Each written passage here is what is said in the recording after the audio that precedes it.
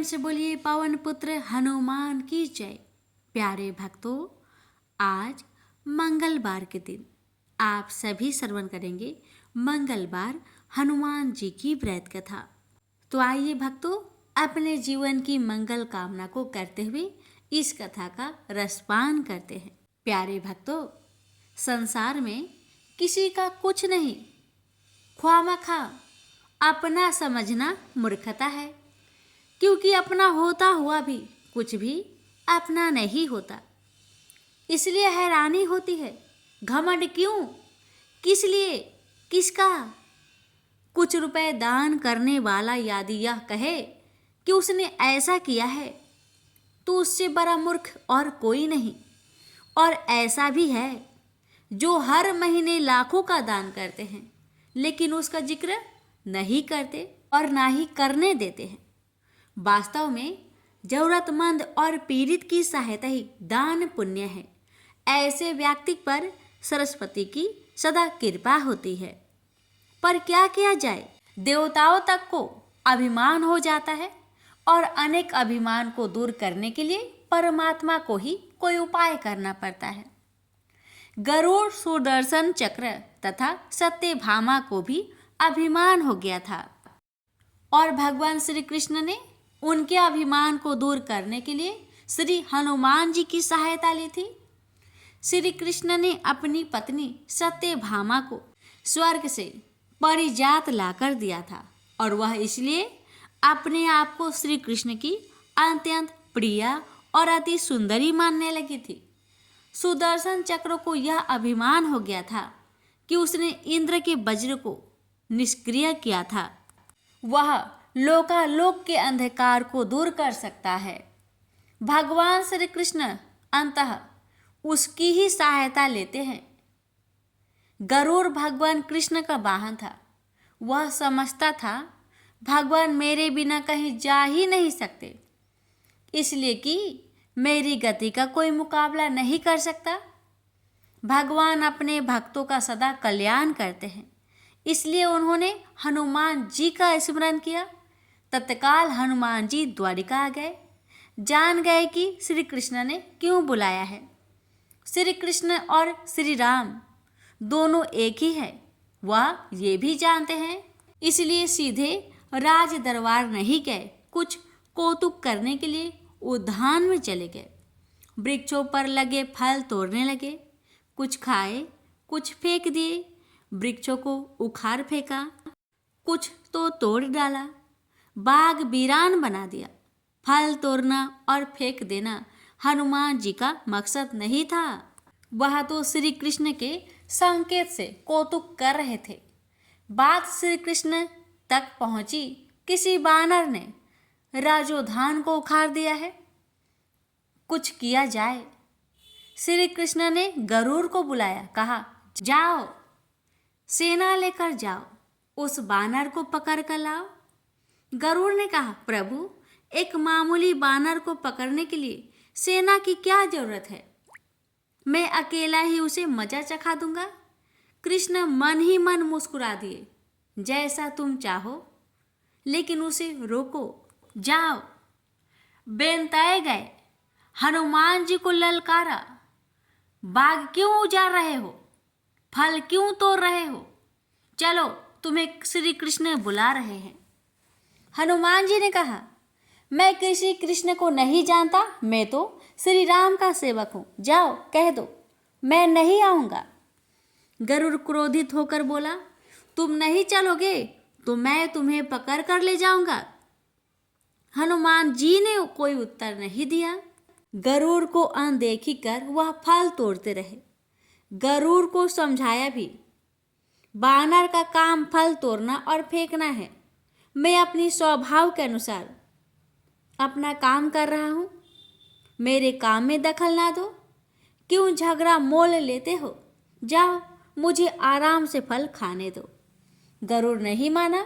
जब हनुमान जी ने अपनी पूंछ बढ़ाई और गरुड़ को दबोच लिया, उसका घमंड दूर करने के लिए कभी पूंछ को ढीला कर देते। गरुड़ कुछ सांस लेता और जब कसते तो गरुड़ के मानो प्राण ही निकल रहे हो। हनुमान जी ने सोचा, भगवान का वाहन है पर हार भी तो नहीं कर सकता, लेकिन इसे सबक तो सिखाना ही होगा। पूंछ को एक झटका दिया और गरुड़ को दूर समुद्र में फेंक दिया। बड़ी मुश्किल से वह गरुड़ दरबार में पहुंचा। भगवान को बताया, वह कोई साधारण वानर नहीं है, मैं उसे पकड़ कर नहीं ला सकता। भगवान मुस्कुरा दिए। सोचा, गरुड़ का घमंड तो दूर हो गया, लेकिन अभी इसका बेग के घमंड को चूर करना है। श्री कृष्ण ने कहा, गरुड़, हनुमान श्री राम जी के भक्त हैं, इसलिए नहीं आया। यदि तुम कहते कि श्री राम ने बुलाया है तो फौरन भागे चले आते। हनुमान जी अब मलय पर्वत पर चले गए। तुम तेजी से जाओ और उससे कहना, श्री राम ने बुलाया है। तुम तेज उड़ सकते हो, तुम्हारी गति बहुत तेज है, उसे साथ ही ले आना। गरुड़ बेग से उड़े, मलय पर्वत पर पहुंचे। हनुमान जी से क्षमा मांगी, कहा भी, श्री राम ने आपको याद किया है, अभी आओ मेरे साथ, मैं तुम्हें अपनी पीठ पर बैठाकर मिनटों में द्वारिका ले जाऊंगा। तुम खुद चलोगे तो देर हो जाएगी, मेरी गति बहुत तेज है, तुम मुकाबला नहीं कर सकते। हनुमान जी मुस्कुराए, भगवान की लीला समझ गए। कहा, तुम जाओ, मैं तुम्हारे पीछे ही आ रहा हूँ। द्वारिका में श्री कृष्ण राम रूप धारण कर सत्यभामा को सीता बना सिंहासन पर बैठ गए। सुदर्शन चक्र को आदेश दिया, द्वार पर रहना, कोई बिना आज्ञा अंदर न आने पाए। श्री कृष्ण समझते थे कि श्री राम का संदेश सुनकर तो हनुमान जी एक पल भी रुक नहीं सकते, अभी आते ही होंगे। गरुड़ को तो हनुमान जी ने विदा कर दिया और स्वयं उससे भी तीव्र गति से उड़कर गरुड़ से पहले ही द्वारिका पहुंच गए। दरबार के द्वार पर सुदर्शन ने उन्हें रोक कर कहा, बिना आज्ञा अंदर जाना मना ही है। जब श्री राम बुला रहे हैं तो हनुमान जी विलंब सहन नहीं कर सकते। सुदर्शन को पकड़ा और मुंह में दबा लिया। अंदर गए। सिंहासन पर श्री राम और सीता जी बैठे थे। हनुमान जी समझ गए। श्री राम को प्रणाम किया और कहा, प्रभु, आने में देर तो नहीं हुई। साथ ही कहा, प्रभु, माँ कहाँ हैं? आपके पास आज यह कौन दासी बैठी है? सत्यभामा ने सुना तो लज्जित हुई, क्योंकि वह समझती थी कि कृष्ण द्वारा परिजात लाकर दिए जाने से वह सबसे सुंदर स्त्री बन गई है। सत्यभामा का घमंड चूर हो गया। उसी समय गरुड़ तेज गति से उड़ने के कारण हाँफते हुए दरबार में पहुंचा। सांस फूल रही थी, थके हुए लग रहे थे और हनुमान जी को दरबार में देखकर तो वह चकित हो गए। मेरी गति से भी तेज गति से हनुमान जी दरबार में पहुंच गए। लज्जा से पानी पानी हो गए। गरुड़ के बल का और तेज गति से उड़ने का घमंड चूर हो गया। श्री राम ने पूछा, हनुमान, तुम अंदर कैसे आ गए? किसी ने रोका नहीं? रोका था भगवान, सुदर्शन ने। मैंने सोचा आपके दर्शन में विलंब होगा, इसलिए उनसे उलझा नहीं। उसे मैंने अपने मुंह में दबा लिया था। और यह कहकर हनुमान जी ने मुख से सुदर्शन चक्र को निकालकर प्रभु के चरणों में डाल दिया। तीनों के घमंड चूर हो गए। श्री कृष्ण यही चाहते थे। श्री कृष्ण ने हनुमान जी को गले लगाया। हृदय से हृदय की बात हुई और उन्हें विदा किया।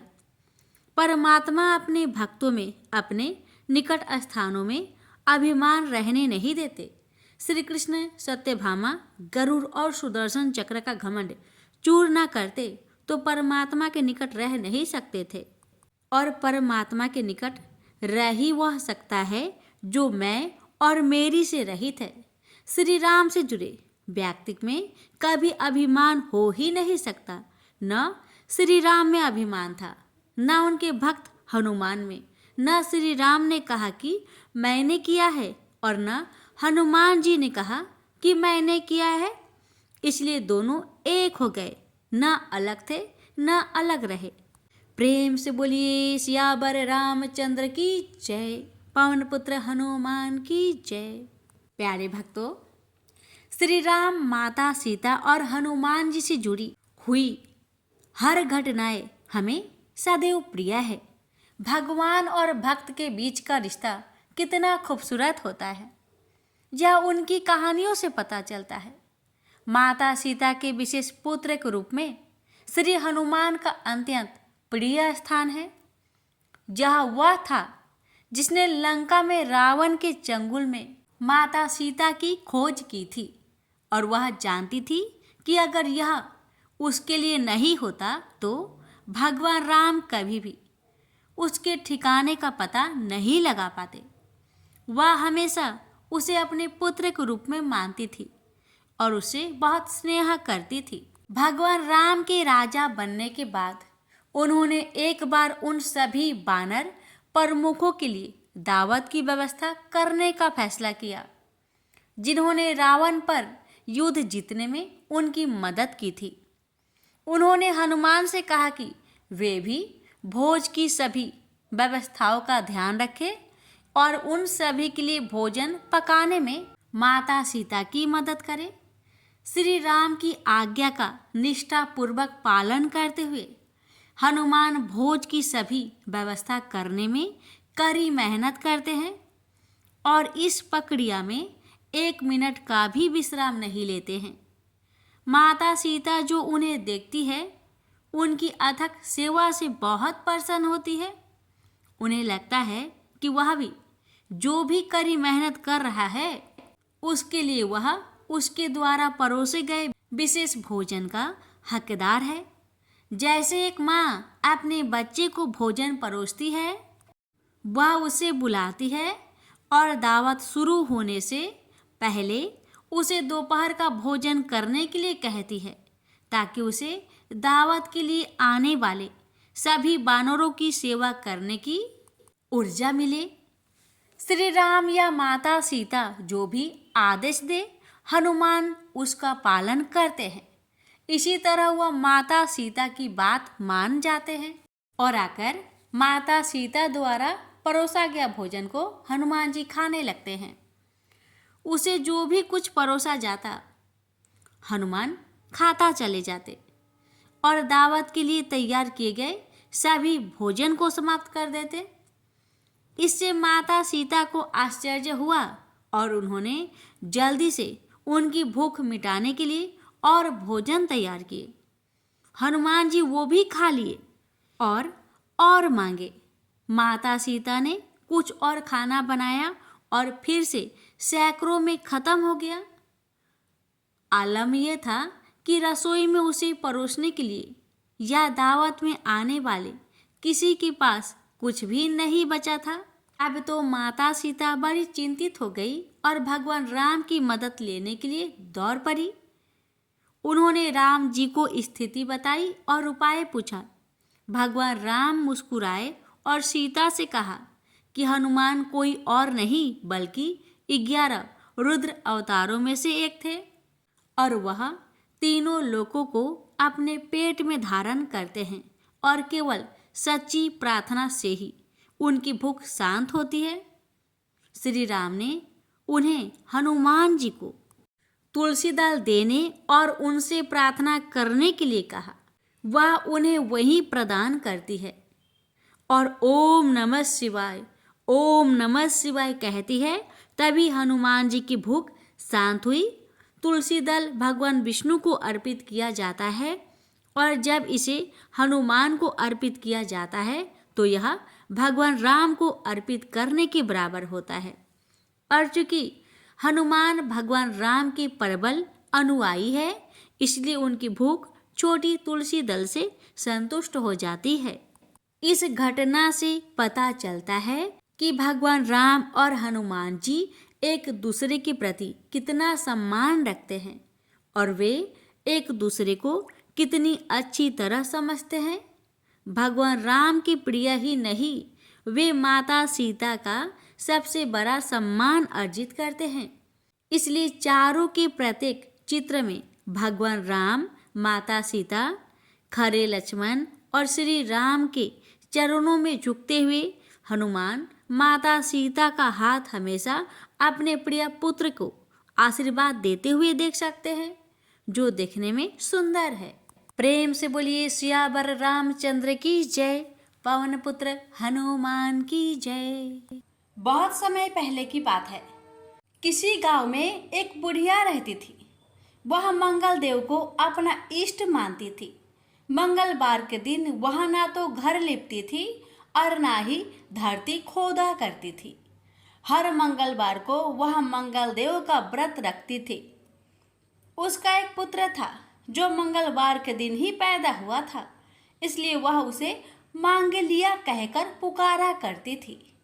बुढ़िया की श्रद्धा देखकर स्वयं मंगल देव ने उसकी परीक्षा लेने की ठानी और साधु का भेष बनाकर उसके घर मंगलवार के दिन ही पहुंच गए। वह बुढ़िया से बोले कि मुझे भोजन बनाना है, तू थोड़ी सी धरती लीप दे तो मैं भोजन बना लूं।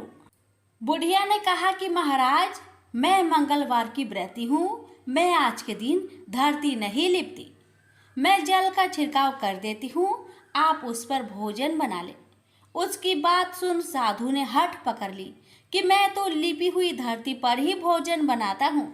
बुढ़िया ने भी रट पकड़ ली कि आज तो धरती ना लिप सकूंगी, इसके अलावा आप जो भी करने को कहेंगे मैं करूंगी। उसकी बात सुन साधु ने वचन लिया कि धरती लिपने के अलावा जो कहूँ करना पड़ेगा।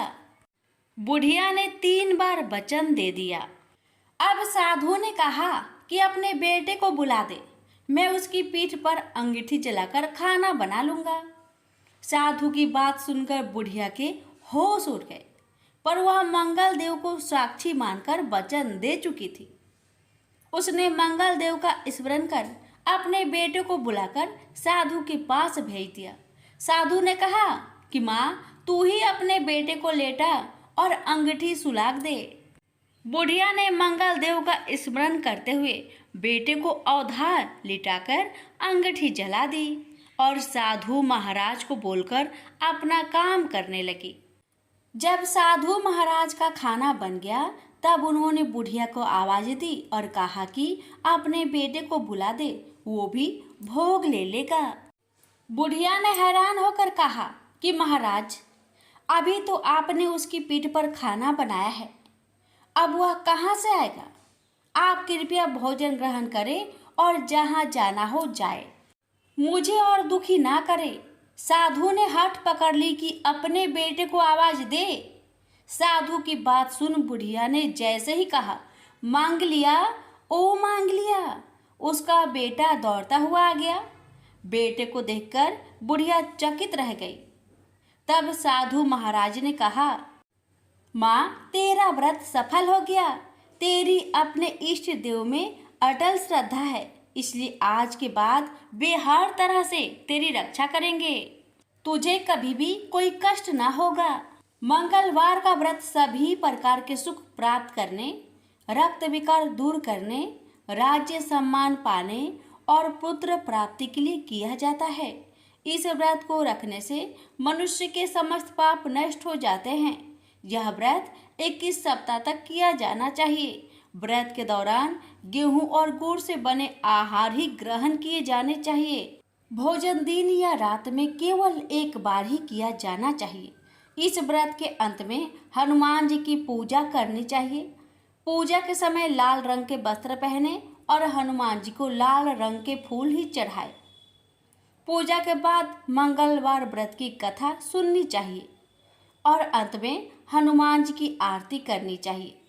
इस तरह विधि पूर्वक और पूरी श्रद्धा से व्रत किए जाने पर मंगल देव प्रसन्न होते हैं और भक्त पर अपनी कृपा बरसाते हैं। प्रेम से बोलिए सिया रामचंद्र की जय, पवन पुत्र हनुमान की जय। व्यास जी ने कहा, एक बार नैमिषारण्य तीर्थ में 80,000 मुनि एकत्र होकर पुराणों के ज्ञाता श्री सूत जी से पूछने लगे, हे महामुने, आपने हमें अनेक पुराणों की कथाएं सुनाई हैं, आप कृपा करके हमें ऐसा व्रत और कथा बताइए जिसके करने से संतान की प्राप्ति हो तथा मनुष्य को रोग, शोक, अग्नि, सर्व दुख आदि का भय दूर हो। क्योंकि कलयुग में सभी जीवों की आयु बहुत कम है। फिर इस पर उन्हें रोग चिंता के कष्ट लगे रहेंगे तो फिर वह श्री हरि के चरणों में अपना ध्यान कैसे लगा सकेंगे। श्री सूत जी बोले, हे मुनियों, आपने लोक कल्याण के लिए बहुत ही उत्तम बात पूछी है। एक बार युधिष्ठिर ने भगवान श्री कृष्ण से लोक कल्याण के लिए यही प्रश्न किया था। भगवान श्री कृष्ण और युधिष्ठिर का संवाद तुम्हारे सामने कहता हूँ, ध्यान देकर सुनो। एक समय पांडवों की सभा में श्री कृष्ण जी बैठे हुए थे। तब युधिष्ठिर ने भगवान श्री कृष्ण से प्रश्न किया, हे प्रभु, नंद नंदन, गोविंद, आपने मेरे लिए अनेकों कथाएं सुनाई हैं। आज आप कृपा करके ऐसा व्रत या कथा सुनाइए जिसके करने से मनुष्य को रोग चिंता का भय समाप्त हो और उसको पुत्र की प्राप्ति हो। हे प्रभु, बिना पुत्र के जीवन व्यर्थ है। पुत्र के बिना मनुष्य नरकगामी होता है। पुत्र के बिना मनुष्य पितृ ऋण से छुटकारा नहीं पा सकता और ना ही उसका पुण्यक नामक नरक से उद्धार हो सकता है। अतः पुत्रदायक व्रत बतलाइए। श्री कृष्ण भगवान बोले, हे राजन, मैं एक प्राचीन इतिहास सुनाता हूँ, आप उसे ध्यान पूर्वक सुनो। कुंडलपुर नामक एक नगर था। उसमें नंदा नामक एक ब्राह्मण रहता था। भगवान की कृपा से उसके पास सब कुछ था, फिर भी वह दुखी था। उसका कारण यह था कि ब्राह्मण की स्त्री सुनंदा की कोई संतान न थे। सुनंदा पतिव्रता थी, भक्ति पूर्वक श्री हनुमान जी की आराधना करती थी। मंगलवार के दिन व्रत करके अंत में भोजन बनाकर हनुमान जी का भोग लगाने के बाद स्वयं भोजन करती थी। एक बार मंगलवार के दिन ब्राह्मणी गृह कार्य की अधिकता के कारण हनुमान जी को भोग ना लगा सके, तो इस पर उसे बहुत दुख हुआ।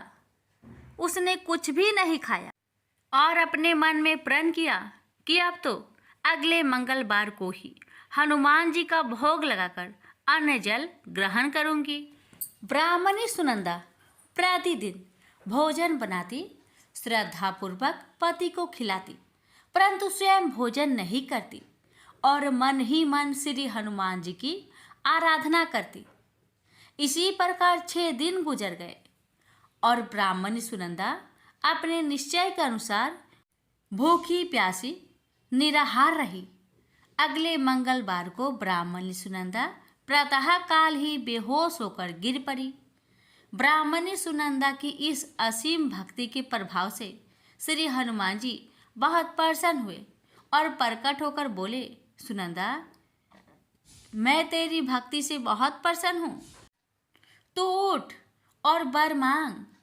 सुनंदा अपने आराध्य देव श्री हनुमान जी को देखकर आनंद की अधिकता से विह्वल हो श्री हनुमान जी के चरणों में गिरकर बोली, हे प्रभु, मेरे कोई संतान नहीं है, कृपा करके मुझे संतान प्राप्ति का आशीर्वाद दे, आपकी अति कृपा होगी। श्री महावीर जी बोले, तेरी इच्छा पूर्ण होगी, तेरे एक कन्या पैदा होगी, उसके अष्टांग प्रतिदिन सोना दिया करेंगे। इस प्रकार कहकर श्री महावीर जी अंतर्ध्यान हो गए। ब्राह्मणी सुनंदा बहुत हर्षित हुई और सभी समाचार अपने पति से कहा।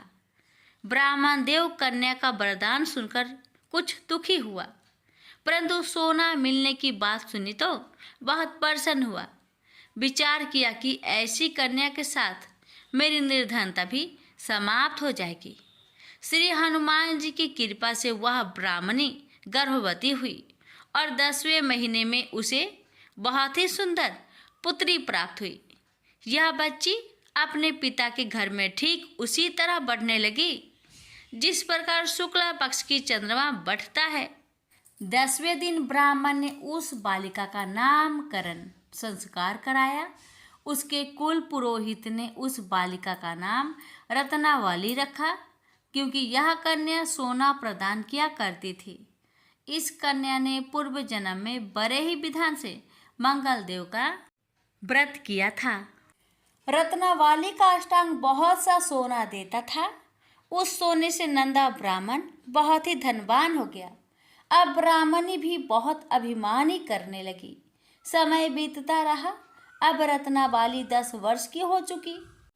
एक दिन जब नंदा ब्राह्मण प्रसन्नचित्त था, तब सुनंदा ने अपने पति से कहा, मेरी पुत्री रत्नावली विवाह की योग हो गई है, अतः आप कोई सुंदर तथा योग वर देकर इसका विवाह कर दे। यह सुन ब्राह्मण बोला, अभी तो रत्नावली बहुत छोटी है। तब ब्राह्मणी बोली, शास्त्रों की आज्ञा है कि कन्या 8वें वर्ष में गौरी, 9 वर्ष में रोहिणी, 10वें वर्ष में कन्या, इसके पश्चात रजवाला हो जाती है। गौरी के दान से पाताल लोक की प्राप्ति होती है।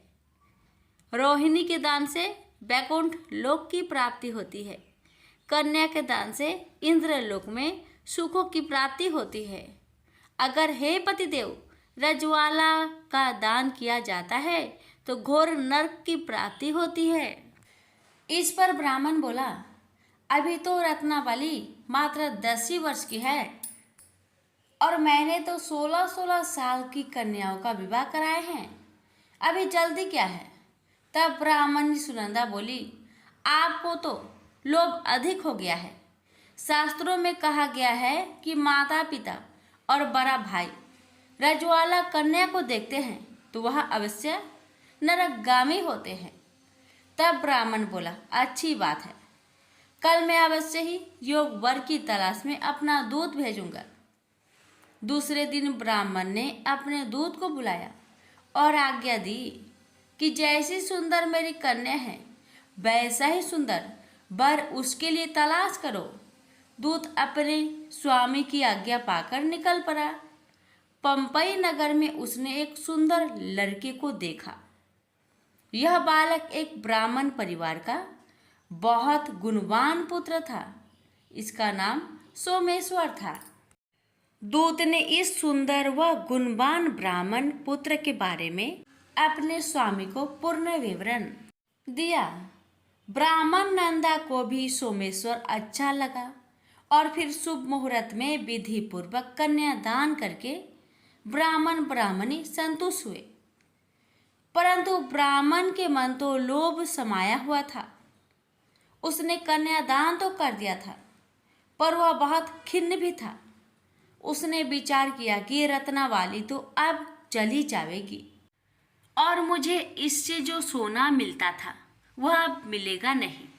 मेरे पास जो धन था कुछ तो इसके विवाह में खर्च हो गया और जो शेष बचा है वह भी कुछ दिनों के पश्चात समाप्त हो जाएगा। मैंने तो इसका विवाह करके बहुत बड़ी भूल कर दी है। अब कोई ऐसा उपाय हो कि रत्नावली मेरे घर में ही बनी रहे, अपनी ससुराल ना जावे। लोभ रूपी राक्षस ब्राह्मण के मस्तिष्क पर छाता जा रहा था। रात भर अपनी सैया पर बेचैनी से करवटें बदलते बदलते उसने एक बहुत ही क्रूर निर्णय लिया। उसने विचार किया कि जब रत्नावली को लेकर उसका पति सोमेश्वर अपने घर के लिए जाएगा तो वह मार्ग में छिपकर सोमेश्वर का वध कर देगा और अपनी लड़की को अपने घर ले आएगा, जिससे नियमित रूप से उसे सोना भी मिलता रहेगा और समाज का कोई मनुष्य उसे दोष भी नहीं दे सकेगा।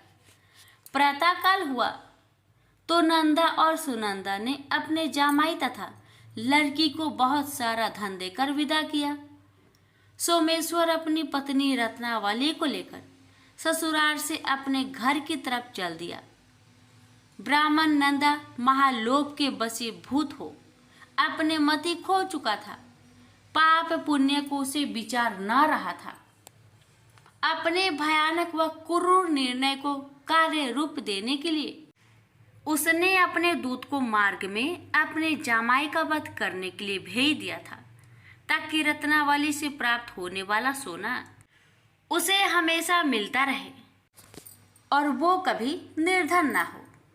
ब्राह्मण के दूत ने अपने स्वामी की आज्ञा का पालन करते हुए उसके जमाई सोमेश्वर का मार्ग में ही वध कर दिया। समाचार प्राप्त कर ब्राह्मण नंदा मार्ग में पहुंचा और रुदन करते अपनी पुत्री रत्नावली से बोला, हे पुत्री, मार्ग में लुटेरों ने तेरे पति का वध कर दिया है।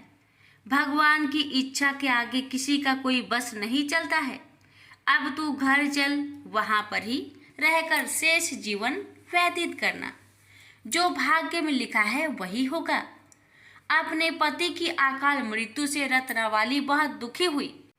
करुण क्रंदन व रुदन करते हुए अपने पिता से बोली, हे पिताजी, इस संसार में जिस स्त्री का पति नहीं है उसका जीना व्यर्थ है।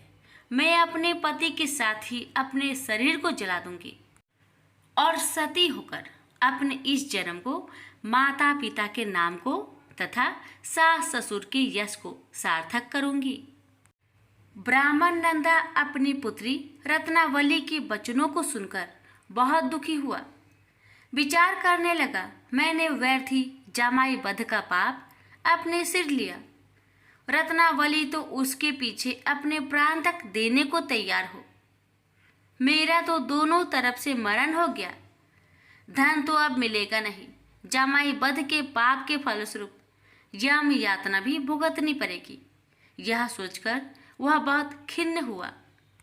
सोमेश्वर की चिता बनाई गई। रत्नावली सती होने की इच्छा से अपने पति का सिर अपनी गोद में रखकर चिता में बैठ गई। जैसे ही सोमेश्वर की चिता को अग्नि लगाई गई, वैसे ही प्रसन्न हो मंगलदेव वहां प्रकट हुए और बोले, हे रत्नावली, मैं तेरी पति भक्ति से बहुत प्रसन्न हूँ, तू वर मांग। रत्नावली ने अपने पति का जीवन दान मांगा। तब मंगलदेव बोले, रत्नावली, तेरा पति अजर अमर है, यह महाविद्वान भी होगा और इसके अतिरिक्त तेरी जो इच्छा हो वर मांग। तब रत्नावली बोली, हे ग्रहों के स्वामी, यदि आप मुझ पर प्रसन्न हैं तो मुझे यह वरदान दीजिए कि जो भी मनुष्य मंगलवार के दिन प्रातः काल लाल पुष्प लाल चंदन से पूजा करके आपका स्मरण करे, उसको रोग व्याधि ना हो, सज्जनों का कभी वियोग ना हो, सर्प अग्नि तथा शत्रुओं का भय ना रहे। जो स्त्री मंगलवार का व्रत करे वह कभी विधवा ना हो। मंगलदेव तथास्तु कहकर अंतर्ध्यान हो गए। सोमेश्वर मंगलदेव की कृपा से जीवित हो उठा। रत्नावली अपने पति को पुनः प्राप्त कर बहुत प्रसन्न हुई और मंगलदेव का व्रत प्रत्येक मंगलवार को करके व्रतराज और मंगलदेव की कृपा से इस लोक में सुख ऐश्वर्य को भोगते हुए अंत में अपने पति के साथ स्वर्गलोक को गई। प्रेम से बोली, मंगल देव की जय। लंकापति रावण के वध के बाद जब अयोध्यापति प्रभु श्री राम की कीर्ति दूर दूर तक फैल रही थी और वह मर्यादा पुरुषोत्तम कहलाने लगे, तब एक दिन महादेव शिव की इच्छा भी मर्यादा पुरुषोत्तम श्री राम से मिलने की हुई।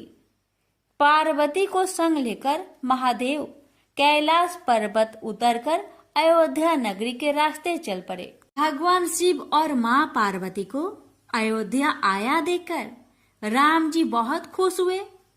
माता जानकी ने उनका उचित आदर सत्कार किया और स्वयं भोजन बनाने के लिए रसोई में चली गई। इस बीच भगवान शिव ने श्री राम जी से पूछा, आपके सेवक हनुमान जी दिखाई नहीं पड़ रहे हैं? श्री राम बोले, वे बगीचे में हैं। शिव जी ने श्री राम जी से बगीचे में जाने की अनुमति मांगी और पार्वती जी का हाथ थामकर बगीचे में आ गए। बगीचे की खूबसूरती देखकर उनका मन मोहित हो गया। आम के एक घने वृक्ष के नीचे हनुमान जी दीन दुनिया से बेखबर गहरी नींद में सोए थे और एक लय में खराटे से राम नाम की ध्वनि उठ रही थी। चकित होकर शिव जी और माता पार्वती एक दूसरे की ओर देखने लगे। माता पार्वती मुस्कुरा उठी और वृक्ष की डालियों की ओर इशारा किया। राम नाम सुनकर पेड़ की डालियां भी झूमने लगी थी और इनके बीच से भी राम नाम उच्चारित हो रहा था। शिव जी इस राम नाम की धुन में मस्त मगन होकर खुद भी राम राम कहकर नाचने लगे। माता पार्वती जी ने भी अपने पति का अनुसरण किया और अपने कोमल पैर थिरकाने लगी। शिव जी और पार्वती जी के नृत्य से ऐसी झनकार उठी कि स्वर्ग लोक के देवतागण भी आकर्षित होकर बगीचे में आ गए और राम नाम की धुन में सभी मस्त हो गए। माता जानकी भोजन तैयार करके प्रतीक्षार्थ थी, परंतु संध्या घिरने तक भी अतिथि नहीं पधारे। तब अपने देवर लक्ष्मण जी को बगीचे में भेजा। लक्ष्मण जी तो स्वयं को श्री राम का सेवक ही मानते थे। अब बगीचे में आकर जब उन्होंने धरती पर स्वर्ग का नजारा देखा तो खुद भी राम नाम की धुन में झूम उठे। महल में माता जानकी परेशान हो रही थी कि अभी तक भोजन ग्रहण करने कोई भी क्यों नहीं आया। उन्होंने श्री राम जी से कहा, भोजन ठंडा हो रहा है, चलिए हम ही जाकर बगीचे में से सभी को ले आए। जब राम जी बगीचे में गए तो वहां राम नाम की धुन मची हुई थी। हनुमान जी गहरी नींद में सोए हुए थे और उनके खराटों से अभी तक राम नाम निकल रहा था। श्री राम भाव विहल हो उठे।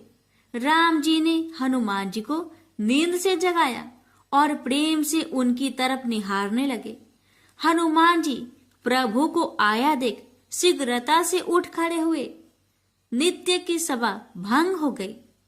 शिव जी खुले कंठ से हनुमान जी की राम भक्ति की सराहना करने लगे। हनुमान जी सकुचाए लेकिन मन ही मन खुश हो रहे थे।